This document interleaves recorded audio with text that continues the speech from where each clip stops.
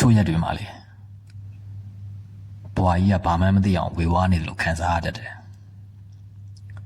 ကျိုးပဲပျက်စီးသွားတာမျိုးမဟုတ်ဘူး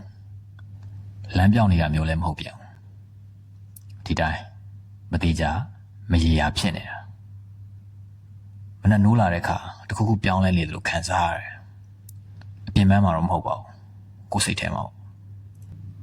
ကိုယ်ရမ်းခိုင်မာတယ်လို့ထင်ထားတဲ့စီစဉ်တွေကရုပ်တရက်ကြီးမခိုင်မာတော့တယ်လို့ခံစားလာရတယ်ကိုယုံကြည်ရတဲ့ຢာတွေတဖြည်းဖြည်းရှင်းရင်လာတယ်ပြီးတော့နောက်ပါဆက်ဖြစ်မယ်ဆိုတော့မသိတော့ဒါခက်ခဲဆုံးပိုင်းဖြစ်နိုင်ပါတယ်ဘာလို့လဲဆိုတော့လူဆိုတာတေချာရာမှုကိုသဘောကျတတ်ကြတယ်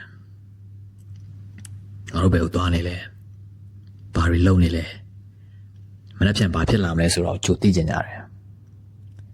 ဒါမဲ့ဘဝအမြဲတမ်းအဲ့လိုမဖြစ်တတ်ဘူး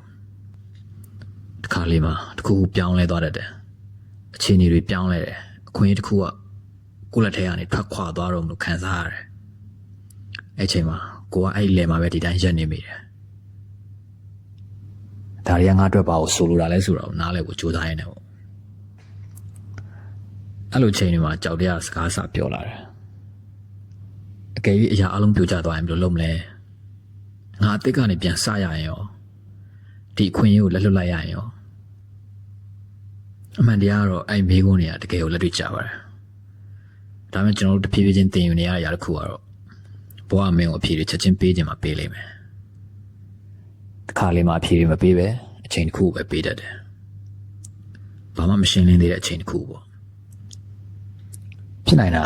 အဲ့အချိန်ကမင်းကိုချိုးဖျက်ဖို့မဟုတ်ဘူးဖြစ်နိုင်တာမင်းကိုအရှိန်လျှော့စေဖို့ပါကိုယ့်ကိုပြန်ကြည့်ဖို့ပြန်မေးဖို့ငါအတွက်တကယ်ရေးကြည့်တာပါလေဘာလို့လဲဆိုတော့အရာအလုံးမသေးကြတော့တဲ့ချိန်မှာမင်းအရာကိုရှုထောင့်အတင်းနဲ့မြင်လာရတယ်မင်းဘာကိုဆုံးရှုံးရမှာကြောက်နေလဲဆိုတော့မြင်လာရတယ်မင်းတကယ်ကြီးဆိုင်တာပါလဲဆိုတော့သိလာရတယ်တခုကမင်းတို့ဘယ်လောက်ထိတိတ်ပဲရှိလဲဆိုတော့လည်းနားလည်လာရတယ်နေရာထိုင်ရခက်ခဲနေတယ်ဆိုရင်တော့အဲ့ထဲမှာစွမ်းအားတစ်ခုရှိနေတယ်ဘာလို့လဲဆိုတော့မတိကျမှုတွေအမေကိုကြီးထွားလာအောင်တိတ်တိတ်ဆိတ်ဆိတ်တွန်းအားပေးနေတယ်ဖြစ်နိုင်တာဘဝမင်းကိုအရာအလုံးသိပြီးသားဖြစ်ဖို့မတောင်းဆိုဖြစ်နိုင်တာမသိသေးရင်တော့ဆက်လျှောက်ဖို့ပဲတောင်းဆိုနေတာပါဒီနေ့တော့မင်းအဖြေအလုံးမလိုပါဘူးပြီးပြည့်စုံတဲ့အစီအစဉ်လည်းမလိုပါဘူးမင်းလိုတာခြေလမ်းသေးသေးလေးတစ်လမ်းပါပြီးရင်နောက်တစ်လမ်းပေါ့အခုချိန်